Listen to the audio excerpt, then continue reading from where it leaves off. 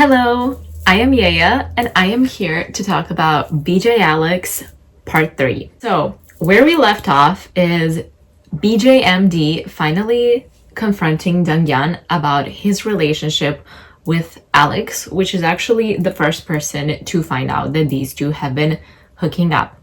And he actually tells Dongyan, don't worry, I will not tell anyone about what you two have going on. And I could even teach you about the sex toys that I gave you. However, I would like for you to do one favor for me. And we don't immediately see what the favor is. We kind of just cut to Alex, who is passing by with a group of friends in front of the cafe where Dongyan and MD are speaking.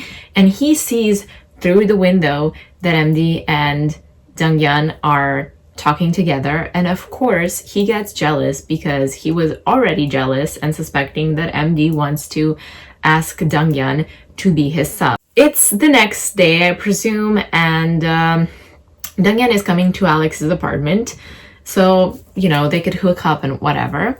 But he actually tells Alex that he has a favor to ask and that he would love to try out a fantasy of his, and that fantasy is Alex putting on the Alex mask, going into the other room and essentially streaming privately for Dongyan, or essentially FaceTiming him with the Alex mask while Dongyan shoves something up himself, if you know what I mean. And Alex, being the most annoying person ever, is like, that's not fair because what do I get out of that? Oh my god, just do something nice for once for another person. He's like, what if I stand here and watch you and you put that thing up yourself? And Dongyan is like, okay, fine, but can you at least put the Alex mask on? And Alex reluctantly agrees, so Dongyan gets to doing that. And Alex is like, oh my god, MD must have thought in this, he has to be talking to MD, MD for sure asked him to be his sub. He gets really aggressive. So while the toy is still in Dongyan, Alex also shoves himself in there. Hey, that's a thing that rhymes with tape, by the way. That is what that's called. And he's like, well, if you want to have, if you want to stream with MD, this is what you're gonna have to bear because MD uses toys, right? And since you like both of us, you must be loving this, and why don't you go and fuck all of the other BJs because you're such a fucking slut. Kill him. Kill him, please. Just kill him. I think I would have kicked him across the room. I think that I would have had to get violent at this point. But Dongyan is like, no, MD doesn't want me. He wants someone else. He wants Chan Woo. Babes. And Alex finally realizes that he is literally insane. So he stops. I'm gonna cut to what actually was happening between MD and Dongyan, and how MD actually started liking Chan Woo. Essentially, he met Chan Woo at a club where Chan Woo was, someone put something in his drink, essentially, and MD helps him to get out of there and not get essayed as well. And he's like, oh, he's such a cute guy. Then when he goes to meet Alex/Jiwon, he sees Chan-woo again and he's like, oh, it's that guy. But of course, Chan-woo doesn't remember him because he was under the influence. So he realizes that he could try to get to Chan-woo by befriending Dongyan and asking Dongyan for a favor. So he asks Dongyan to switch shifts with Chan-woo on a night. And so MD can come and meet him, and he asks him to become his sub. Chanwoo initially refuses because, again, Chanwoo loves younger guys, even though everything else about MD is perfect. But MD is like, if you become my sub, I will get another young guy to sub for me just for you.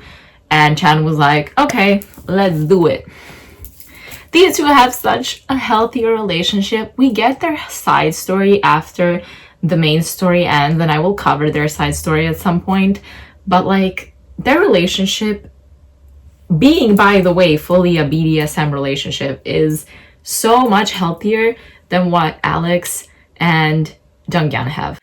So we cut back to Jiwon slash Alex and Dongyan after that whole thing happens, and Dongyan says, you can make it up to me if you hang out with me.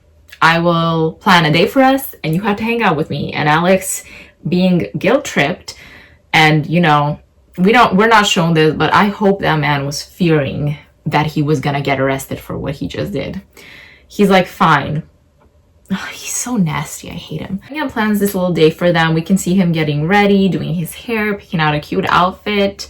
And he's like, oh, I hope Alex is also excited for the day. And we're cut to Alex in the gym, and he just looks at the time and he's like, oh yeah, I gotta go. And I don't even know if he showers. Like, he's whatever.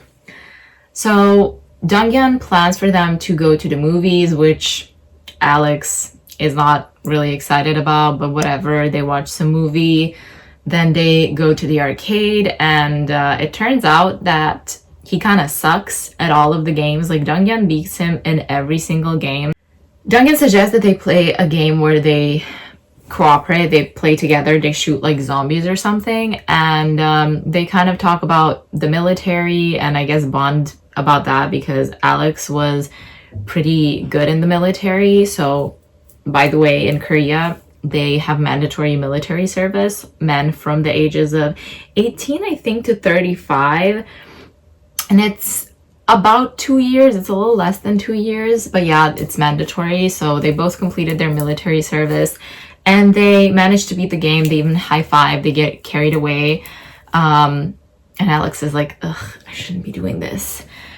And then he wants to leave, but Dongyan's like, no, let's go get some dinner or whatever. And they go to this place, which is an all-you-can-eat buffet. And Alex is like, the meat is so greasy and fatty and like so bad. Like, I'm not gonna eat this. And Dongyan eats like a ton, and he's like, how are you not worried that you're gonna get fat? Because Alex works out like a lot. Like, he is very meticulous about his workout routine because, of course, he's a streamer, and because of some other stuff that will be revealed later. And Dongyan's like, yeah, no, I could just eat whatever. Like, I eat a lot. And Alex is low-key jealous, which I'm jealous of him too for that. And Dongyan also asks him, like, how did you even know that me and MD met up? And Alex lies. He doesn't tell him, oh, I saw you through the window. He's like, MD told me, whatever. And Dongyan is like, oh, it feels like we're on a date. And Alex is like, oh. He has a flashback of a guy, and it's not right outright stated right now, but like obviously the implication is that these two were romantically involved, and he's like, why am I thinking of him right now? So Jiwon goes to the bathroom, and he's having all these thoughts, I guess, about how Dongyan said that this is like a date, and he's like, I knew this was gonna happen. I knew he was gonna catch feelings.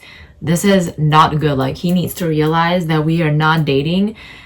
And this man, he texts Dongyan that he already left, and he just paid a tab, and he's like, Dongyan, go home. Oh my god. What a nasty, nasty, nasty person this is, okay? Dongyan goes home and is thinking of like how nice the day was, and then he thinks about how Alex got mad about the whole MD thing, and he's like, oh my god, is he jealous? I mean, he totally was, but like, I would not get excited about that, DG. And then we see Alex at home. He's like looking through some books or something, and a photo falls out.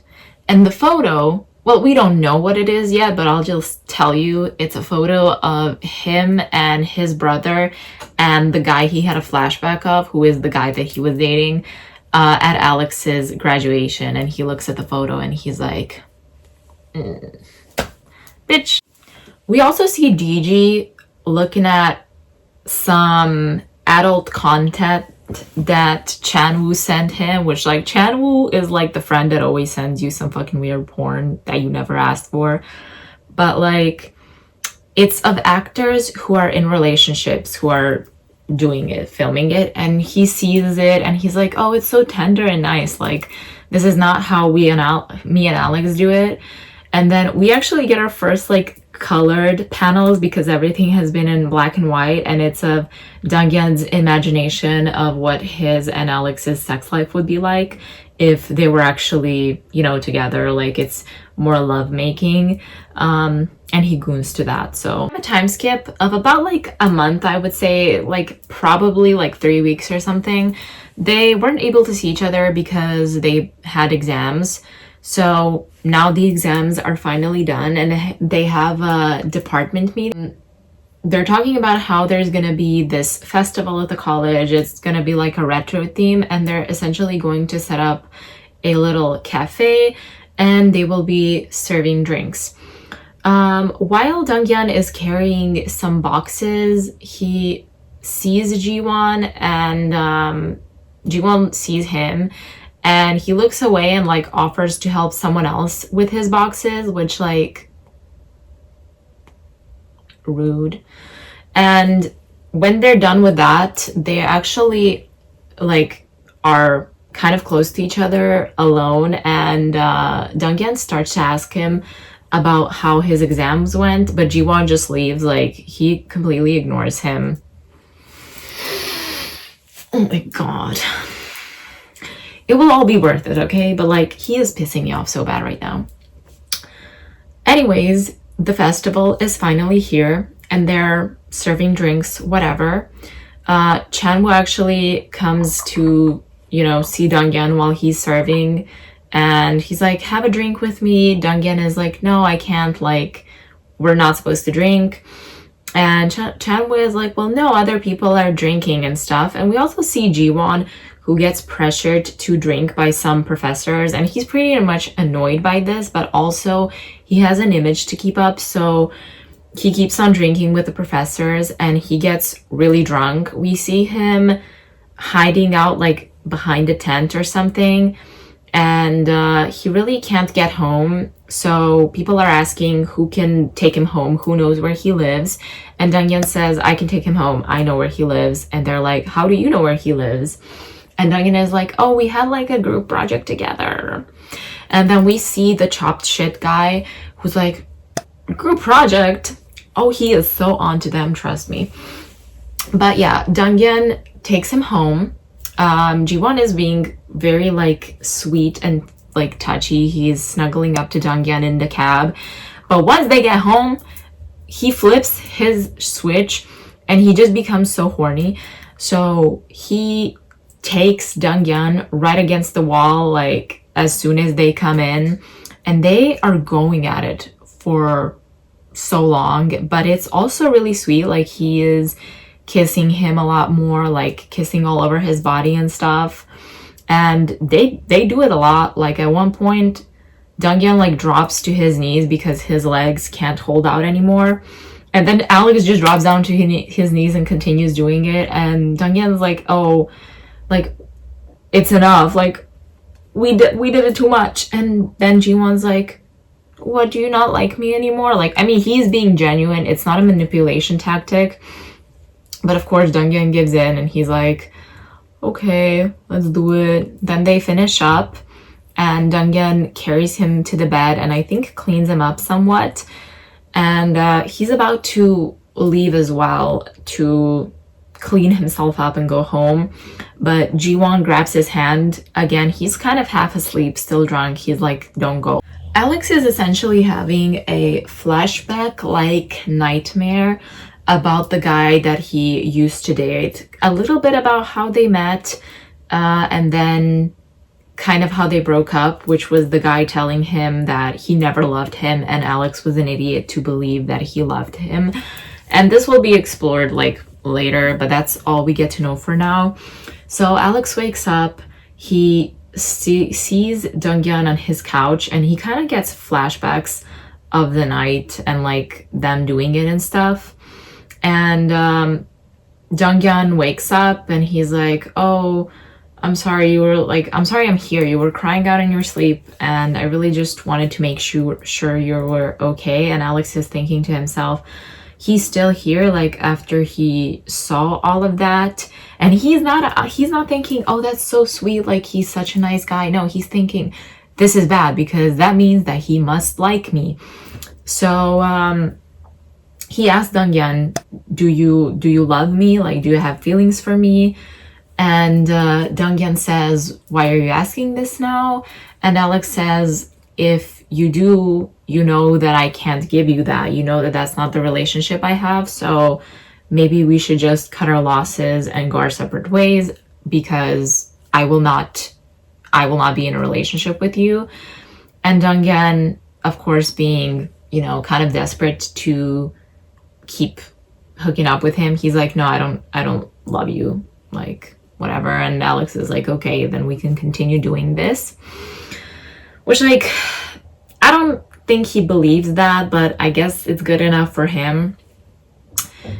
We cut to Donghyun at his work. Chan-woo comes to visit him after the closing shift because he saw how depressed Donghyun looked and brought him some food and stuff. And like Donghyun's picking at the food, and Chan was like, "Okay, what's wrong? Like, you don't do this. You eat a lot." And Donghyun kind of tells him what the situation is. Again, not telling him who it is, not telling that it's Alex, whatever. And Chan was like, "Well, you still like him after all of this?" And Donghyun's like, "Yeah, And Chan was like, "Maybe you should just seduce him then, like seduce him so he would want to be in a relationship with you." And Donghyun says, "I don't think there's really a way for me to get in, because the night before, he actually saw the crumpled up picture of Alex and his brother and that guy at the graduation. And Alex was also specifically calling out to his hyung, which is a term it's like an endearing term for an older male friend or brother. So he's like, "It's not me. I'm not older than him. Like, it has to be the guy from the picture." And Chan-woo is like, "Okay, but he's clearly not with that guy, because again, he was crying out for him in his sleep, but they're not together. He is your sex partner. They're not dating. So maybe he doesn't have feelings for him anymore, or maybe they just are not together." And Donghyun's like, "I mean, yeah, that could be a possibility, but still, what if after everything he still doesn't want to date me?" And Chan was like, "Yeah, you gotta cut your losses then. You gotta leave. Like, you gotta protect your own heart. If this is not what you want, and if this is not working out, then you just need to leave it."